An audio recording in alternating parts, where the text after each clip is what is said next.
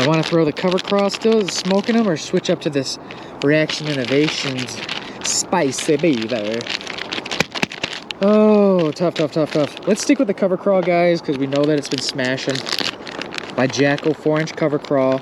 This is Green Pumpkin Candy. Love this looking bait. Green pumpkin with the green and purple speck, purple flake. Like I said, doesn't have a bunch of wild appendages. This is more of a traditional beaver style bait. The Spicy Beaver doesn't have many appendages as well.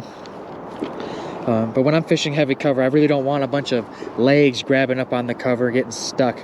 Really nice, real thick, got a nice beefy profile, slip right in there. Slip between the cheeks of the cover.